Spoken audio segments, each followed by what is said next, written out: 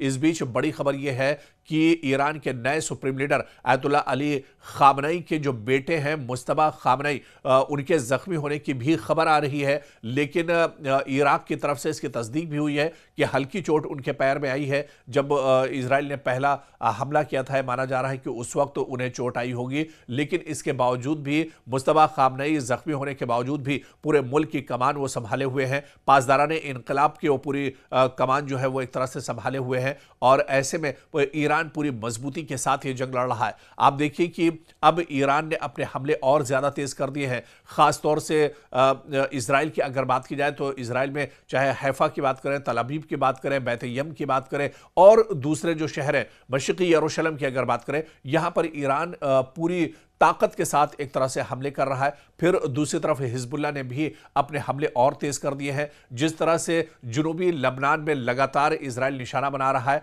तो अब हिजबुल्लाह की तरफ से भी लगातार जवाब एक तरह से दिया जा रहा है और हिजबुल्लाह भी पूरी मजबूती के साथ ये हमले इजराइल पर कर रहा है।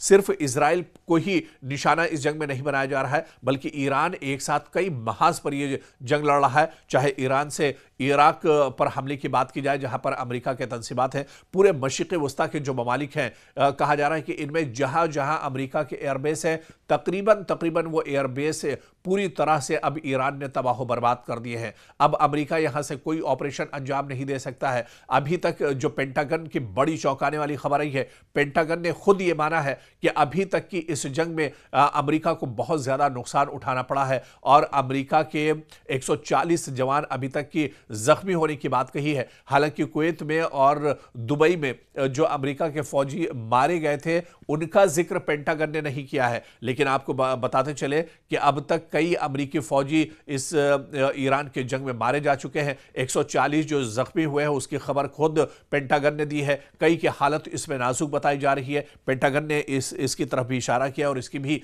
जानकारी दी है। यानी बड़े पैमाने पर इस जंग में अभी तक अमेरिका और इजराइल को जानी और माली नुकसान का सामना करना पड़ रहा है और दूसरी तरफ ईरान पूरी मजबूती के साथ इस जंग में कहीं ना कहीं खड़ा हुआ है और लगातार दुश्मन को जवाब दे रहा है। इस बीच ईरान के सदर मसूद पज़ेश्कियान का बड़ा बयान आया है। उन्होंने कहा है कि यह जंग रुक सकती है, उसके लिए उन्होंने सहरुकनी फार्मूला भी एक तरह से रखा है। उन्होंने कहा है कि जो ईरान ने फार्मूला रखा है, अगर इस पर दुश्मन ममालिक यानी अमेरिका और इजराइल एक तरह से तैयार हो जाते हैं, राजी हो जाते हैं इस फार्मूले पर, तो यह जंग एक तरह से रुक सकती है। नहीं तो ईरान इस बार पूरी मजबूती के साथ उतरा है, ईरान पूरे अज़्म के साथ उतरा है। इस बार अमेरिका और इजराइल को ऐसा सबक सिखाएंगे कि आने वाली नस्लें भी इनकी एक तरह से कभी ईरान के साथ जंग के बारे में सोचेंगे नहीं, क्योंकि ईरान इस बार पूरी मजबूती के साथ, पूरी हिम्मत के साथ और पूरे जज्बे के साथ ये जंग लड़ रहा है। क्योंकि ईरान के सामने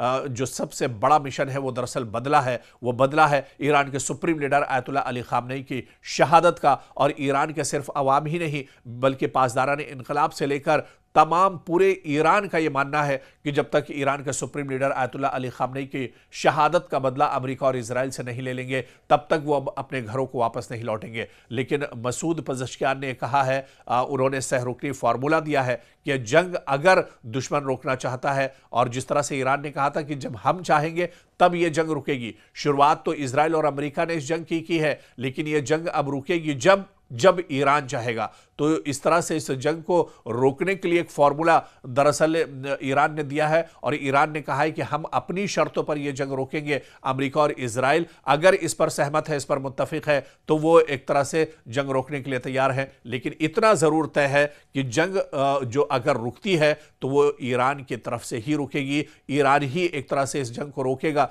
नहीं तो यह जंग चलती रहेगी। क्योंकि जितना नुकसान अब तक इजराइल और अमेरिका का इस जंग में हो चुका है, बिल्कुल तबाही के दहाने पर एक तरह से इजराइल पहुंच चुका है। तल अवीव पूरे तरह से नक्शे से एक तरह से गायब सा हो गया है। पूरे तल अवीव में कोहराम मचा हुआ है और नेस्तो नाबूद एक तरह से पूरा का पूरा तल अवीव हो गया है। और अब आप देखिए गजा में जिस तरह की तस्वीरें आ रही थी, कुछ उसी तरह की तस्वीरें अब तल अवीव से भी आ रही है। तो बिन्यामिन नेतन्याहू दरअसल बहुत डरे हुए हैं। डोनाल्ड ट्रंप के सामने बहुत बड़ा चैलेंज, बहुत बड़ी परेशानी है कि वो कदम पीछे कैसे हटाए। और इस बीच ईरान ने जिस तरह से अपनी शर्तें रखी हैं, ऐसे में इजराइल और अमेरिका पर दबाव बहुत बढ़ जाएगा। लेकिन माहिरीन का यह मानना है कि हो सकता है कि कि ईरान की इस बार शर्तें अमेरिका और इजराइल मान लें, क्योंकि अब तक की जंग में इजराइल और अमेरिका को बहुत ज्यादा नुकसान हो चुका है।